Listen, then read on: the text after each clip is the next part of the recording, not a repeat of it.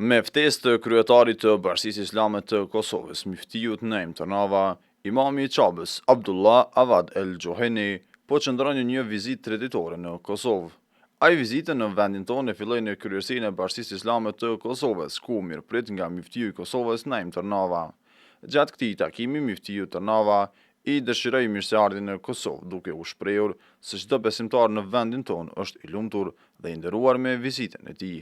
Imami i Çabës në shoqërinë e Muftiut Tërnava vizituan Fakultetin e Studimeve Islame, ku u prit nga dekani i këtij fakulteti, Islam Hasani, i cili e njoftoi për aktivitetet dhe mundësitë e shkëlqyera që ofron ky fakultet për të gjithë studentët e Kosovës, Shqipërisë, Maqedonisë dhe vendeve të Ballkanit.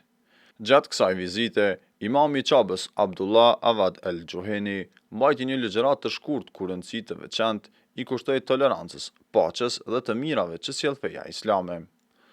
ومن التزم التيسير على الناس Kushdo që kujdeset që t'ja bëj njerëzve më të lehtë jetën e tyre, t'ju sjell atyre lehtësime dhe i ka ngrit brengat e tyre, të tillit Allahu i Madhreshëm i ka garantuar se do të kujdeset që do ta mbrojë nga zjarri dhe ka garantuar me faljen e mëkateve të tij. Siç thot Allahu në librin e tij, është ndaluar për zjarrin, është ndaluar që ta djeg zjarri secilin njeri që është tolerant, që është lehtësues dhe që është largues i brengave të njerëzve. Muftiu Tërnava tha se besimtarët e musliman të Kosovës do të kenë mundësi të mirë të dëgjojnë ligjëratat të imamit të Çabës, por edhe të falin namazet pas tij.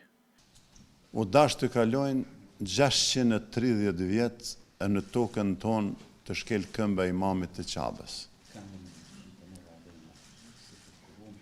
Ndaj, kjo për neve është një nder, është një respekt i madh për bashkësinë islame,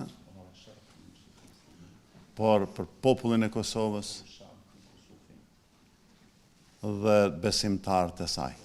Ne të cilët veç kemi qenë në Çabë, ka bo Zoti nasip të jemi atje, sa herë jemi falë, kemi dëgju pas tij dhe kemi dëgju zërin e tij.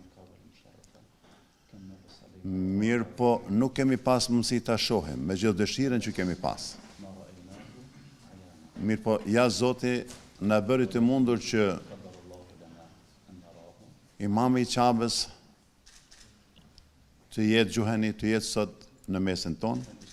Imami i Çabës vizitoi edhe xhaminë e madhe në Prishtinë, ku i priu namazit të drekës, ndërsa një ligjëratë të shkurtër pritet të mbajë pas namazit të yacis në xhaminë në lagjën Matinjë në Prishtinë.